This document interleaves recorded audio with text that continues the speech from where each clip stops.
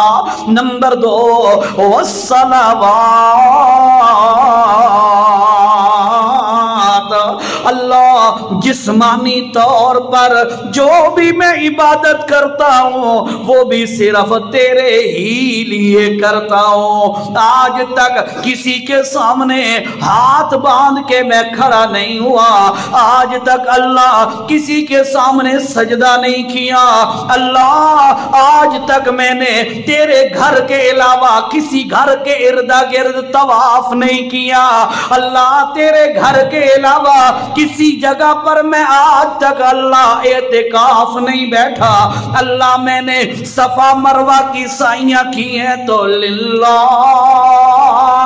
اللہ وہ میں نے تیرے لیے کی ہیں، کیوں کہ میرے جسم سے جو بھی عبادت سرزد ہوگی، جو بھی عبادت میں نکلے گی، اللہ اس کا حقدار تو ہے۔ والصلوات، اللہ یہ عبادت میں تیرے ہی لیے کرتا ہوں۔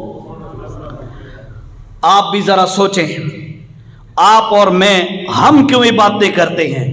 دل میں امید کس پر ہوتی ہے؟ بھروسہ توکل کس پر ہوتا ہے؟ ساری چیزوں کا کارساز، ساریاں بگڑیاں بنانے والا، نفع نقصان، یہ سارے کے سارے عقائد اور نظریات، ان ساری چیزوں کے اندر ہم کس کے متعلق عقیدہ رکھتے ہیں؟ تو یاد رکھے حق یہ ہے التحیات للہ، اللہ پر بھروسہ کر، اللہ پر توکل کر، اللہ پر امید رکھ، اور اس کے بعد جب تیری جسمانی عبادت کا نمبر آ جائے، طواف کر تو للہ، قیام کر تو للہ، سجدہ کر تو للہ، زبان کے ساتھ دعائی دے، پکار کر تو یہ نہ کہے یا رسول اللہ مدد، یا غوث بہاب الحق بیڑا دھک، یہ نہ کہے فلاں فلاں میری کشتی پار لگا دینا،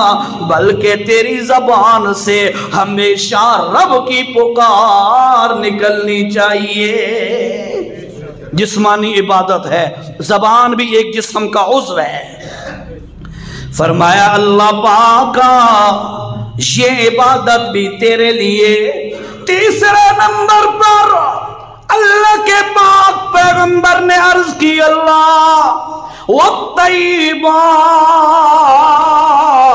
والطیبات، اللہ صدقہ دے سانتا تیرے نام دا، چادر تیرے نام دی غریب نو دے سا، قبراتے مزاراتے جا کے چادرہ نہ چار سا، یہ ککڑ زبا کرنا ہے، مرغا زبا کرنا ہے، روٹے پکاونے نے، یا کوئی اور چاولوں کی دیگیں دینی ہے، یا کوئی کبوتر صدقہ کر، جو کچھ بھی اگر مالی عبادت کروں گا، اللہ تیری عزت کی قسم ہے آج تو پہلے میں اپنی مالیاں عبادت کسے اور واسطے نہیں کیتیاں، تے آئندہ بھی تیرے واسطے ہی کرنیاں نے۔ اساں کیا کر دیا؟ آج لوگ کیا کرتے ہیں؟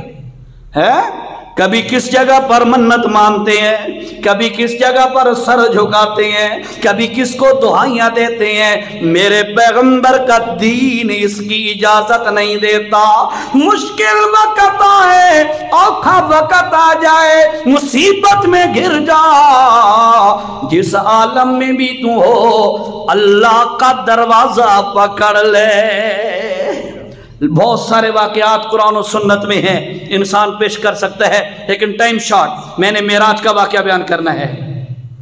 اللہ کے پاک پیغمبر صلی اللہ علیہ وسلم نے اللہ کی عدالت میں یہ 3 چیزیں پیش کی ہیں، پھر اللہ نے بھی آگے سے 3 چیزیں اپنے نبی کو عطا فرمائی ہیں۔ کون سی 3 چیزیں؟ السلام علیکہ ایھا النبی ورحمۃ اللہ وبرکاتہ۔ اللہ کے نبی کو اللہ نے 3 نعمتیں عطا فرمائی۔ السلام علیکہ ایھا النبی، اے میرا پیغمبر، اے میرا نبی، السلام علیکہ، جہاں تیرا پیر ہو وہاں اللہ کا سلام ہو، سلامتیاں سلامتیاں تیرے اوپر ہو۔ اور پھر فرمایا ورحمت اللہ، میرا نبی اللہ کی رحمتیں تیرے اوپر ہو، وبرکاتہ، اور اللہ کی طرف سے برکات کا نزول تیرے اوپر ہو، برکتیں، رحمتیں، سلامتیاں۔ اللہ کے نبی نے اللہ کی عدالت میں ادھر ہی عرض کر دیا، اے رب کریمہ، 3 چیزیں میں نے پیش کر دی ہیں، 3 آپ نے عطا کر دی ہیں، تے اللہ میری امت دا کے بنے گا؟ امتیا سوچا کر، تیری وفائیں نبی کے دشمنوں سے ہوتی ہیں، کبھی نبی کی وفا بھی تو دیکھ، نبی نے کسی موڑ پر اپنی امت کو تنہا نہیں رہنے دیا۔ اللہ، حدیث یاد آ گئی، اللہ کے پاک پیغمبر صلی اللہ تعالی علیہ وسلم نے فرمایا، ہر نبی کو اللہ تعالی ایک دعا دیتا ہے خاص طور پر، باقی بھی دعائیں، لیکن ایک سپیشلی انبیاء کے لیے اللہ نے ایک دعا رکھی ہے کہ ایک دعا اپنی مرضی سے مانگو میں فوراً قبول کر لوں گا۔ یا رسول اللہ پھر کیا ہوا؟ اللہ کے نبی نے فرمایا، سارے نبیوں نے اپنے اپنے دور کے اندر اللہ سے وہ دعائیں مانگی، اللہ نے قبول کی ہے۔ صحابہ نے پوچھا انتا تے تساں کے کیتا ہے، آپ نے کیا کیا یا رسول اللہ؟ اللہ کے نبی نے فرمایا، لوگو میں اللہ نے مجھے بھی دعا والا آپشن دیا تھا، پر میں نے وہ دعا نہیں مانگی، میں نے بچا کے رکھ دی ہے۔ یا رسول اللہ کب مانگیں گے؟ اللہ کے نبی نے فرمایا، میں دنیا میں وہ دعا نہیں مانگتا، میں نے وہ بقایا دعا اپنی امت کے لیے آخرت میں رکھ دی ہے۔ جب آخرت کا جہان ہوگا، قیامت کا دن ہوگا، میری امت پر مشکل وقت ہوگا، اس وقت میں اللہ کو وہ وعدہ یاد کراؤں گا، اللہ میری او دعا بقایا ہے، میری دعا میری رہتی ہے، اللہ پاک مجھے اس وقت اجازت دیں گے، میں اپنی امت کے لیے قیامت کے دن وہی دعا کروں گا۔ تو اور میں صرف اپنے لیے مانگتے ہیں، اللہ مجھے ٹکر دے، مجھے پتر دے، مجھے جاب دے، مجھے زمینیں دے، مجھے کاروبار دے، مجھے فلاں کام کر دے، میرا میرا میرا میرا۔ اللہ، حدیث میں آیا، اللہ کے نبی صلی اللہ علیہ وسلم نے فرمایا، بخیل کون ہے؟ بخیل کون ہے یا رسول اللہ؟ یہ لوگاں تے پیسہ نہ لاوے، فرمایا اے بھی بخیل ہے، پر اس سے بھی بڑا بخیل میں تمہیں بتاؤں، بخیل بڑا وہ ہے جو اپنے مسلمان ساتھیوں کے لیے دعا نہیں مانگتا۔ حرم میں کھڑے تھے، بیت اللہ کی طرف جا رہے تھے، تو سامنے میں دعا مانگنے لگا، ایک پرانے حاجی صاحب تھے، تو اس نے میرے کندھے پہ ہاتھ رکھا، کہتا ہے انج نہ آکھیں اے اللہ مینوں فلانی شے دے تے میرے پتراں نوں تے میری اولاد نوں فلانی شے دے، انج نہ آکھیں۔ میں کہ کیا آکھاں؟ اس کہ اللہ دے گھرے جائیں اتھے آکھیں اللہ قیامت تک جو میری نسل ہو اس سب کو فلاں فلاں چیزیں عطا فرما دے۔ مزہ آیا نا؟ بھئی یار تیرے مانگنے میں کیا مسئلہ ہے؟ تو مانگ قیامت تک جو تیری نسل چلے تاکہ وہ نسل کا فائدہ ہوتا رہے۔ اس واسطے دوجا واسطے بھی منگیا کرو ہے۔ بہرحال اللہ کے پاک پیغمبر صلی اللہ علیہ وسلم نے فرمایا، اللہ پاک نے مجھے اس معراج کے سفر میں جنت اور جہنم کا مشاہدہ کرایا۔ توجہ کرو ذرا، توجہ۔ معراج اللہ کے نبی کا معجزہ ہے۔ ایک مسئلہ سمجھے سو ذرا، توجہ کرنی ہے ذرا۔ ہم معجزے کو بھی مانتے ہیں، کرامت کو بھی مانتے ہیں۔ بات سمجھنا ذرا، معجزے کو بھی مانتے ہیں، کرامت کو بھی مانتے ہیں۔ معجزہ نبی کے ہاتھ پر ظاہر ہوتا ہے اور کرامت اللہ کے ولی کے ہاتھ پہ ظاہر ہوتی ہے۔ ٹھیک ہے؟ اگلی بات، معجزہ کا معنی ہوتا ہے عاجز کر دینے والی چیز، یعنی ایسا کام جو ساری کائنات نہ کر سکے، اللہ کے نبی کے ہاتھ پر وہ ظاہر ہو جائے۔ آسا ہے، ڈنڈا ہے، پھینکتے ہیں موسیٰ علیہ السلام، اژدہا بن جاتا ہے۔ ساری کائنات کی ٹیکنالوجی مل جائے، سوٹیاں نو سپ کوئی نہیں بنا سکتا ہے، پر اللہ نے اپنے نبی کے ہاتھ پہ ظاہر کر دیا۔ میں نے صرف ایک مثال دی ہے، بہت سارے مثالیں موجود ہیں، مختصر یہ ہے نبی کے ہاتھ پر معجزے کا ظہور ہوتا ہے، اللہ کے ولی کے ہاتھ پر کرامت کا ظہور ہوتا ہے۔ معجزے کا معنی ہے عاجز کر دینے والی چیز، کرامت کا ایک معنی لغوی ہے، دوسرا معنی اصطلاحی ہے۔ لغوی معنی، کرامت کا معنی ہوتا ہے شان، شان، ایسا کام جس کی وجہ سے اللہ کے ولی کی شان بڑھ جائے، ایک یہ معنی ہے۔ دوسرا اصطلاحی معنی یہ ہے اللہ پاک کسی ولی کے ہاتھ پر بعض دفعہ ایسا کام کرا دیتا ہے جس کی وجہ سے اللہ پاک اس ولی کی عزت اور بڑھا دیتا ہے۔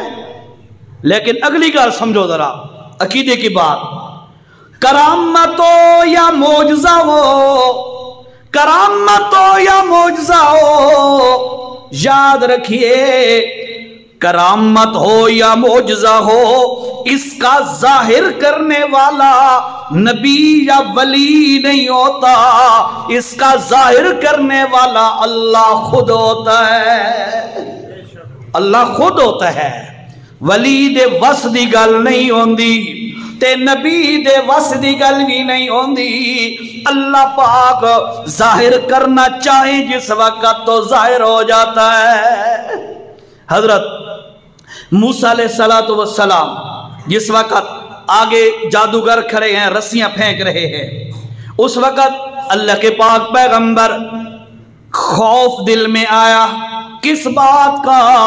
یار ان کی رسیاں ظاہراً سانپ نظر آ رہی ہیں، پتہ نہیں اب میرا بھی اژدہا بنے گا یا نہیں، میرا عصا بھی بنے گا یا نہیں۔ قرآن کہتا ہے یخیل الیہ من سحرہم انہا تسعی فاوجس فی نفسی خیفہ۔ حضرت موسیٰ علیہ السلام دل میں ڈرنے لگ گئے، کس بات سے؟ یار پتہ نہیں یہاں پہ میرا ڈنڈا بھی یہاں پہ اژدہا بنتا ہے یا کوئی نہ۔ اللہ پاک نے پھر فوراً آپ کے اس ڈنڈے کو اژدہا بنا دیا۔ نبی ڈرے کیوں؟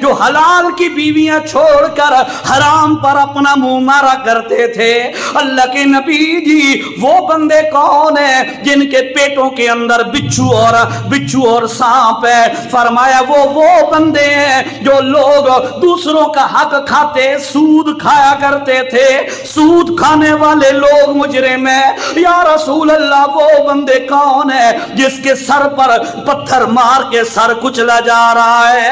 اللہ کی نبی نے فرمایا یہ وہ بندہ ہے اذان کی آواز ہو جاتی ہے، یہ بیٹھا ہوا ہے پر یہ اللہ کے گھر میں 2 سجدے کرنے کو نہیں آتا تھا، اپنا کام کاج میں مصروف رہ کر اللہ کے سجدے اور نماز کے معاملے میں غفلت برتنے والا بندہ تھا۔ یا رسول اللہ وہ کون بندہ ہے جو خون کے تالاب کے اندر، نہر کے اندر غوطے لگا رہا ہے؟ اللہ کی نبی نے فرمایا یہ بھی میری امت کے حق کھانے والے لوگ ہیں۔ او لوگوں اللہ کی قسم ہے میرے نبی نے تمام تر مشاہدات کیے، سینکڑوں حدیثیں موجود ہیں معراج کی سفر کے متعلق۔ اللہ کے نبی نے وہ چیزیں دیکھی ہیں جن کے متعلق آ کے امت کو بتایا ہے۔ او مسلمانوں سن لو، ایمان والوں کی صفت اللہ قرآن میں بیان کرتا ہے، الذین یؤمنون بالغیب، ایمان والے وہ ہوتے ہیں جو بغیر دیکھے نبی کی بات پر یقین کرتے ہیں، جو بغیر دیکھے قرآن کی آیات پر ایمان رکھتے ہیں۔ اللہ کا واسطہ مسلمانوں آپ بھی ایمان پورا لے آؤ ان باتوں پر، ان کو یقین کر کے مان لو۔ اگر مرنے سے پہلے نہ مانا، مرنے کے بعد تو دیکھ لیا جائے گا، وہاں تو مشاہدہ ہو جائے گا، پر وہاں ماننے کا ذرہ بھی فائدہ نہیں ہوگا۔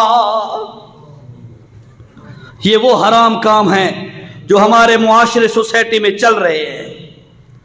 مسلمانوں گناہ کو معمولی نہ سمجھا کرو۔ اللہ کے نبی صلی اللہ علیہ وسلم کا معراج کا سفر انوکھا سفر ہے، بڑے مشاہدات ہیں، بڑی چیزیں ہیں، خدا را ان کو سمجھو، پڑھو بھی صحیح۔ جو چیزیں میرے نبی نے بتائی ہیں ان چیزوں پہ عمل کرو، اور جن چیزوں سے میرے نے قرآن کہتا ہے ما آتاکم الرسول فخذوه وما نهاکم عنه فانتهوا واتقوا اللہ ان اللہ شدید العقاب۔ میرا محمد جو چیز تمہیں بتاتا جائے کرتے جاؤ، جس کام سے میرا محمد روک دے اس سے رکتے جاؤ، اللہ کا خوف اور تقوی دل میں رکھو۔ ان اللہ شدید العقاب، اللہ بڑا سخت عذاب دینے والا ہے۔ مسلمانوں معراج کا واقعہ، معراج کا دن آتا ہے 27 رجب کا دن آتا ہے، ہم سمجھتے ہیں مسجدوں میں لائٹیں کر لو، نبی کی معراج منائی جا رہی ہے، اور نبی کی معراج منانے کی چیز نہیں ہے، سیلیبریٹ کرنے کی چیز نہیں ہے۔ نبی کی معراج ہے کہ نبی کے کمالات کو مان لیا جائے، نبی کی باتوں جو بتائی گئی ہیں نبی نے ان باتوں پر ایمان رکھا جائے۔ یہ حق تھا معراج کا، پر ان باتوں کو نہ ہم مانتے ہیں، نہ ان غلط کاموں سے ہم رکتے ہیں، نہ معراج کے بارے میں ہم تفصیل سنتے پڑھتے ہیں، بس ہم نے اپنی مرضی کے گھوڑے دوڑانے ہیں۔ مسجد میں لائٹنگ کر دی، رات کو قیام کیا جا رہا ہے، اگلے دن روزہ رکھا جا رہا ہے۔ مسلمانوں میں نے پچھلے جمعے بھی بتایا تھا، اللہ کی قسم ہے میرے محمد کے دین سے ان رات اور دن کی عبادت کوئی بھی ثابت نہیں ہے۔ اصل جو چیز ثابت ہے وہ میرے محمد کی عظمت ہے، میرے محمد کا مقام ہے، میرے محمد کی شان ہے، پر اس کے بعد میرے محمد نے جو جو چیزیں دیکھی ہیں ان کو مان کر ان پر عمل کرنا ہے۔ اے اصل معراج دا مقصد ہے۔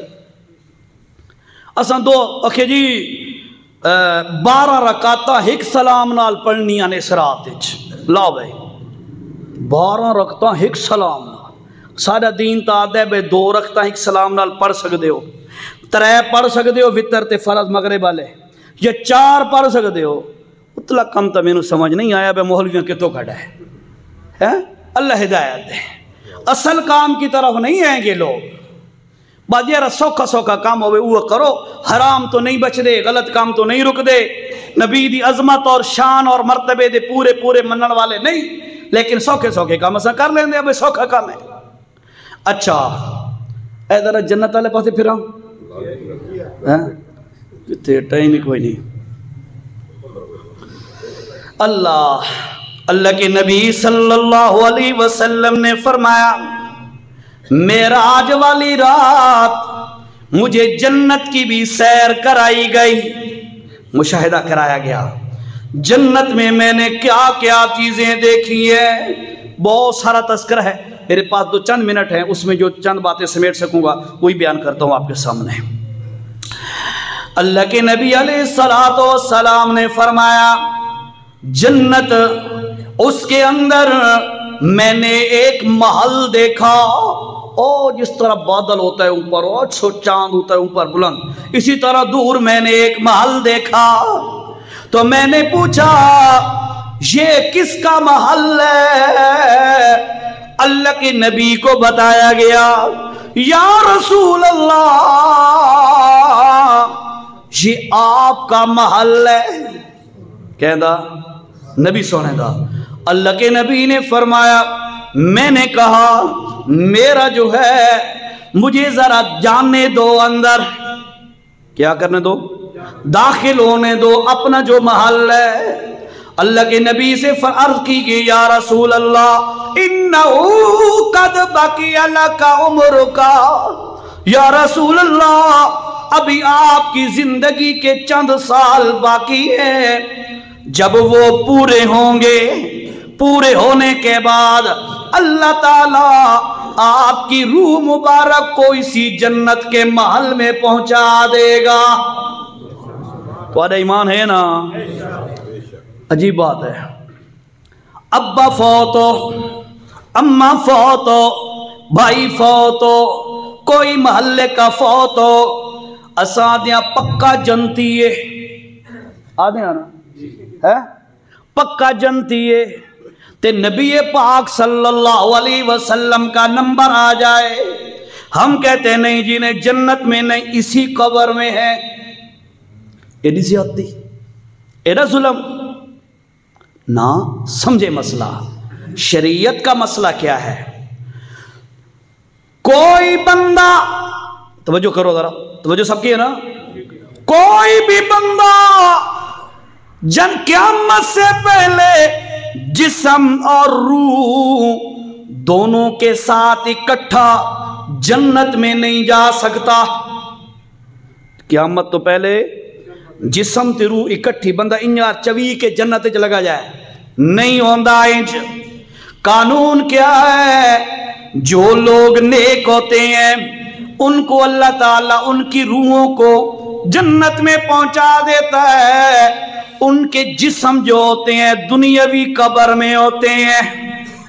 اور یاد رکھیے اللہ کے نبیوں کے علاوہ، اللہ کے رسولوں کے علاوہ کسی کے لیے یہ قانون نہیں ہے قرآن و سنت میں کہ وہ اگر دنیا سے وہ فوت ہو گیا اور اس کا جسم اس قبر میں قیامت تک محفوظ رہے گا. یہ قانون نہیں ہے. قانون ہاں اللہ قادر ہے، نبیوں کا جسم محفوظ رہتا ہے، نبیوں کو مٹی نہیں کھا سکتی، نبیوں کا جسم محفوظ ہے.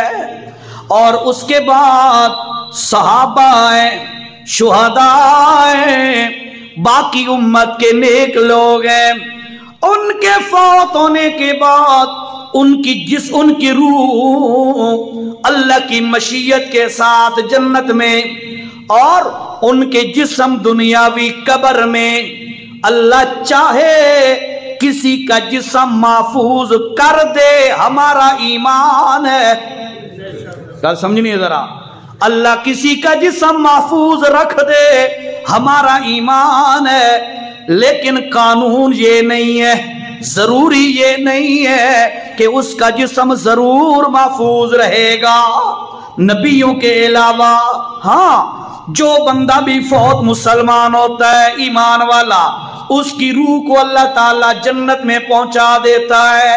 جنت میں درجات ہیں، اپنے اپنے عمل اور ایمان کے اعتبار سے درجات ہوتے ہیں، اور سب سے اوپر والا درجہ جنت کا سقف عرش الرحمن،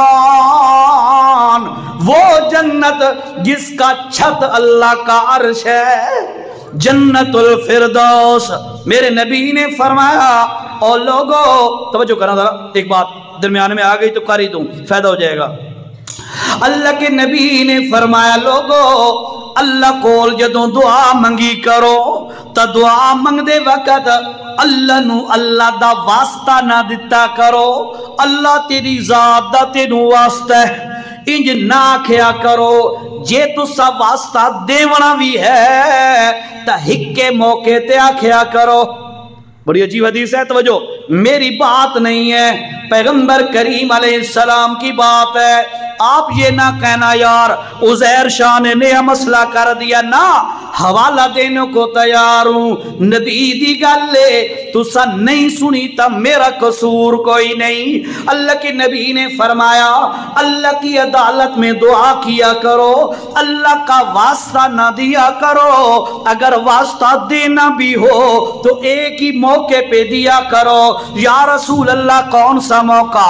اللہ کے نبی نے فرمایا، جس وقت اللہ کو واسطہ دے کر دعا مانگنا چاہتے ہو تو اس وقت اللہ کا واسطہ دیا کرو، جس وقت اللہ سے جنت الفردوس مانگا کرو۔ کیسے؟ اللہ تیری عزت دا واسطہ ہے، تیرے جلال دا واسطہ ہے، تیری عظمت کا واسطہ ہے، اللہ تیری ذات کا واسطہ ہے، میں گناہگار کو بھی جنت الفردوس عطا فرما۔ تے نالے فرمایا، اللہ کو عام جنت نہ منگی کرو۔ یہ بیچ میں بات آ گئی تو کر رہا ہوں، اللہ سے عام جنت نہ مانگا کرو، اللہ سے جب بھی سوال کرو جنت الفردوس، ہاں جنت الفردوس مانگا کرو۔ کیوں؟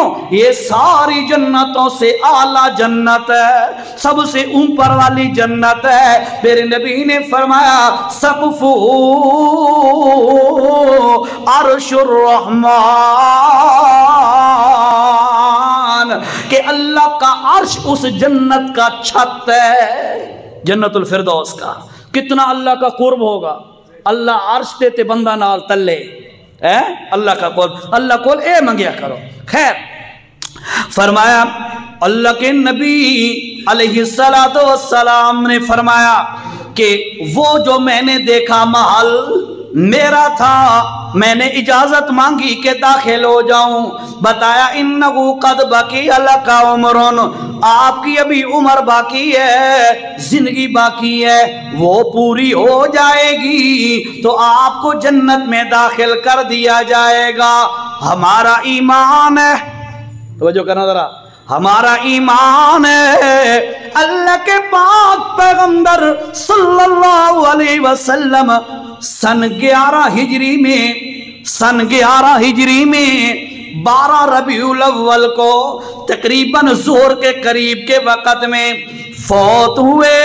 ہمارا ایمان ہے اللہ کے نبی کی روح مبارک کو فوراً اسی محل میں پہنچا دیا گیا۔ تمہارا ایمان ہے نا؟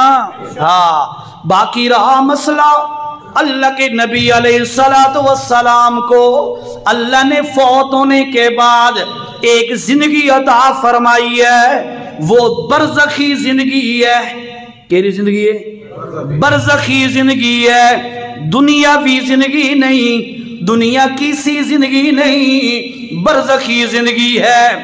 اور علماء نے بڑا پیارا جملہ فرمایا، ما لا یرا لا یکیف، اس زندگی کی کیفیت کیا ہے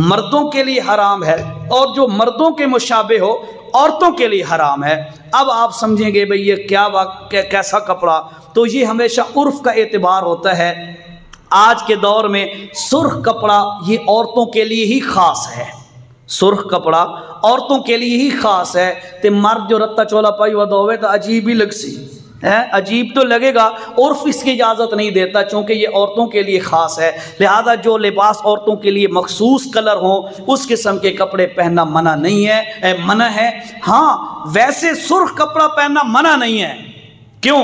حضور صلی اللہ علیہ وسلم کی ذات سے بھی یہ ثابت ہے، لیکن اس دور میں سرخ کپڑا مرد بھی پہنتے تھے عورتیں بھی پہنتی تھی، لہذا چونکہ اس لیے وہ فرق نہیں تھا، جدائی نہیں تھی، خاص نہیں تھا، تو اس دور میں تھا۔ لیکن اصول شریعت کا یہ ہے جو لباس عورتوں کے لیے خاص ہو یا جو لباس مردوں کے لیے خاص ہو اس کو یعنی دوسری جنس نہیں پہن سکتی، مرد عورتوں والا یا عورتیں مردوں والا نہیں پہن سکتے۔ اسی طرح قرآن مجید میں آتا ہے، حوالہ دے دیتا ہوں آپ کو ذہن میں رکھنا، اللہ تعالیٰ نے قرآن مجید میں 5ویں پارے میں فرمایا ہے فَلَا يُغَيِّرُنَّ خَلْقَ اللَّهِ، یہ لفظ آتے ہیں، میں پوری آیت لکھ لوں ذرا۔ اس میں اللہ تعالیٰ نے اس طرف جو ہے وضاحت فرما دی، اشارہ کر دیا ہے علماء نے اس پر۔ ہاں یہ ہے جی وَلَأُضِلَّنَّهُمْ وَلَأُمَنِّيَنَّهُمْ وَلَآمُرَنَّهُمْ فَلَيُبَتِّكُنَّ آذَانَ الْأَنْعَامِ وَلَآمُرَنَّهُمْ، شیطان لوگوں کو حکم دیتا ہے ان لوگوں کو فَلَيُغَيِّرُنَّ خَلْقَ اللَّهِ کہ اللہ کی تخلیق کو چینج کر دیا جائے۔ شیطان حکم دیتا ہے، اللہ نے مرد بنایا ہے نا تو عورتوں والے بندے پہن لو، عورتوں والے جوڑا پچھو کر کے نا، کئی لوگ ہوتے ہیں ایسے نا، وہ اپنا وہ کڑا شڑا پہن لو، کوئی سٹیل کا یا کوئی کالا یا کوئی پتہ نہیں کیا بلائیں لوگ پہنتے ہیں۔ تو علماء نے لکھا ہے کہ اس آیت کے تحت تفسیروں میں مفسرین نے تفصیل کی ہے کہ بھائی دوسری جنس کا لباس پہننا حرام ہے، کالا کپڑا بیسیکلی منع کوئی نہیں۔ 3 بجے یہ حافظ صاحب جو ہیں آپ ان کو جانتے ہیں، ان کے گھر میں انشاءاللہ درس قرآن ہوگا 3 بجے، مجھے انہوں نے حکم دیا ہے لازمی آنا ہے، تو میں آؤں گا بھائی انشاءاللہ، یہ بھی انشاءاللہ جن کو توفیق ہوگی آئیں گے۔ جزاک اللہ۔